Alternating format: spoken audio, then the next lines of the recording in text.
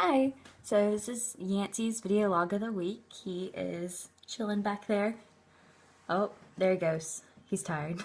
Him, Morgan, and Carly worked on limited mobility today, and so we're doing that tomorrow. He's a little bit exhausted right now.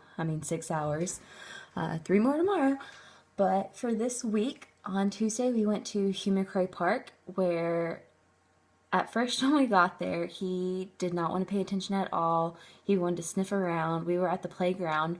So our group, along with Sierra, walked around trying to regain his focus and everything. And this is actually one of the first times I've noticed that we really need a special treat for situations like this. So next time we went back during the zombie run, I brought hot dogs just in case. And it's amazing to see how, if he smells it at all, he completely regains his focus and he is dead set on what you want him to do. So hopefully we can work on him, getting him to do that all the time, not just when there's hot dogs around. But it's nice to know there is something that can trigger that right now. Also on Tuesday, when we were at the park, we worked on recall, and he did not do that great. Inside, he does perfectly fine. I can be at the end of an aisle and call him, and he will run right to me, sit down, give me his leash. Outside is another story, though. Morgan called him when we were in the recall circle, and he shot right by her. He eventually came back, which he shouldn't have, ran off in the first place, but at least he came back. We tried it again later on down closer to the dog park, and he just took off running past me. So we had to catch him. Caroline even had to alpha roll him.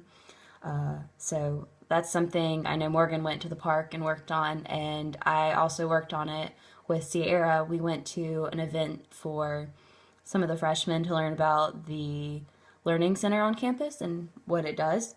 And there's also a puppy de-stressing table, so we had Sailor there, and Yancey was there too. So after it started to clear out some, we were on the gravel, or not the gravel, the blacktop where the basketball courts are set up. And so I felt better having Sierra there in case something did happen. I had brought hot dogs just in case I needed them, but I wanted to work on recall outside because I didn't want the incidents that happened at Hugh McRae to ever happen again. He did just fine. I walked about 5 feet away and he came straight to me. It was great.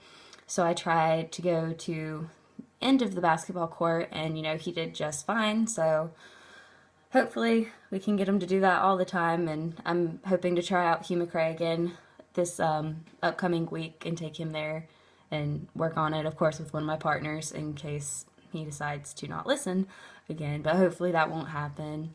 Also, what we worked on, I had a couple friends over for a Halloween event for my honors fraternity, and one of my friends, who's well over 6 feet tall, had a sombrero on, and Yancey did not like that at all. So he hunched down and started growling at him. So, I guess Halloween is the perfect time to start working on certain training things and desensitizing them, like in the Halloween store with all the loud sounds and the 6 foot tall Grim Reaper that we had to do. So I guess hats is another thing, at least giant sombrero hats. So we worked on that, and I had him in a down position and would give him treats while I had my friend Jordan sit down, and eventually got to the point where he would go anchor with Jordan, and I had Jordan give him a couple of treats so that way he knew it was okay and he was safe. So eventually Jordan stood up and it was fine, and Yancey didn't mind him at all. So he learned through that, and that was probably the best thing he did, was working through that. But until next week, we will see you later as he sleeps. Bye, guys.